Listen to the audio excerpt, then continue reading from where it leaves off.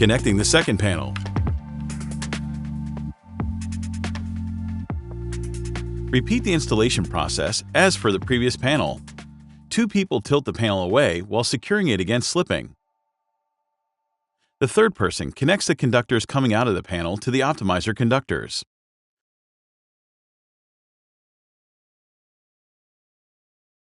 Once the panel has been correctly connected to the optimizer, you are left with 2 free conductors, which are used to connect the optimizers in series.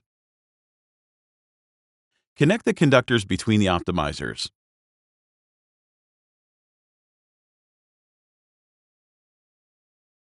Make sure that the connectors are routed along the support profiles.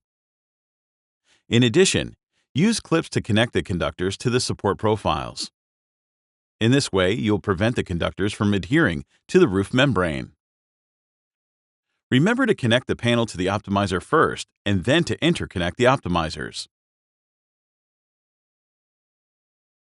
Connect the optimizers in the direction as indicated in the wiring diagram.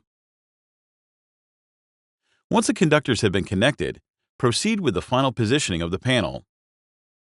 The panels are laid from the upper edge of the roof downwards, so each successive panel is slid under the upper panel.